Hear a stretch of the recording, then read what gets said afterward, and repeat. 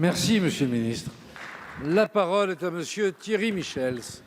Merci, Monsieur le Président. Mes chers collègues, ma question s'adresse à Madame la secrétaire d'État chargée des personnes handicapées.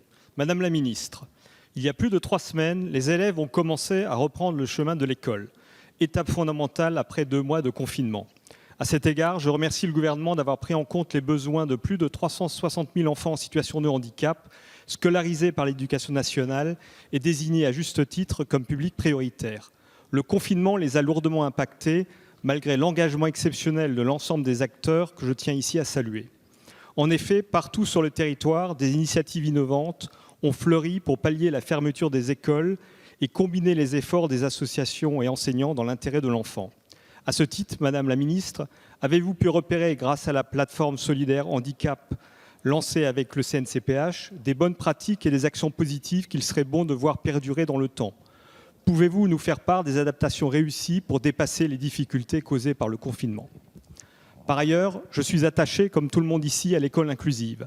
Celle-ci passe par la formation des enseignants, essentielle, et l'accompagnement des élèves et des familles. Les nouveaux pôles inclusifs d'accompagnement localisés, déployés jusqu'en 2022, en sont un levier essentiel. Il s'agit de reconnaître le rôle fondamental des accompagnants d'enfants en situation de handicap, encore plus sollicités en ces temps difficiles. Ainsi, après 3 semaines de reprise progressive, pouvez-vous, Madame la Ministre, nous livrer un point de la situation des élèves en situation de handicap et de leurs accompagnants?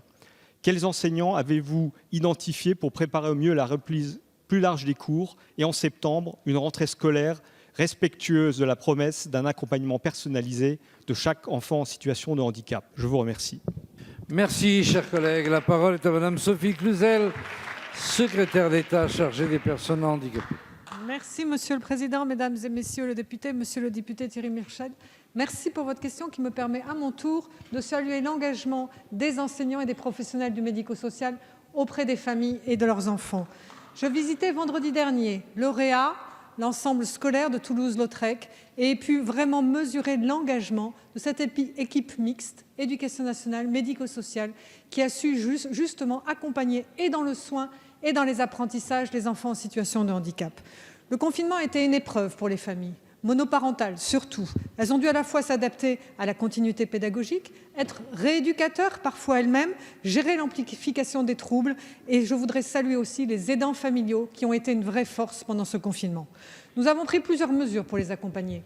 Nous avons prorogé leurs droits immédiatement, des dérogations pour faciliter les sorties, des interventions médico-sociales à domicile, des offres de répit et de relayage. Pour autant, il nous faut encore les accompagner. Alors la structuration de 510 initiatives citoyennes sur la plateforme Solidaire Handicap, que je tiens à saluer, 98% vont perdurer. Il y a eu plus de 74 000 visiteurs. C'est aussi la raison pour laquelle, avec Jean-Michel Blanquer, nous avons fait du retour des élèves en situation de handicap à l'école une priorité. Elle a été raffirmée dans notre doctrine nationale et nous avons réuni ensemble l'ensemble des recteurs et des DG d'ARS pour confirmer cette priorité.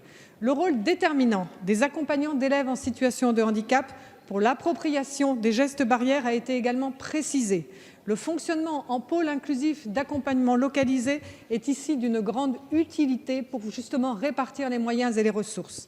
La semaine dernière, 80% des unités localisées pour l'inclusion scolaire, les ULIS, avaient reprise et nous serons à 100% la semaine prochaine. Cette période inédite est un véritable accélérateur de pratique que nous allons consolider. Ma classe virtuelle du CNED, adaptée pour les enfants sourds, Cap École Inclusive et bien d'autres. Mi-juin, nous réunissons le Comité national de suivi de l'école inclusive, sera réuni en présence de parlementaires et des associations pour organiser cette rentrée de façon inclusive. Merci. La parole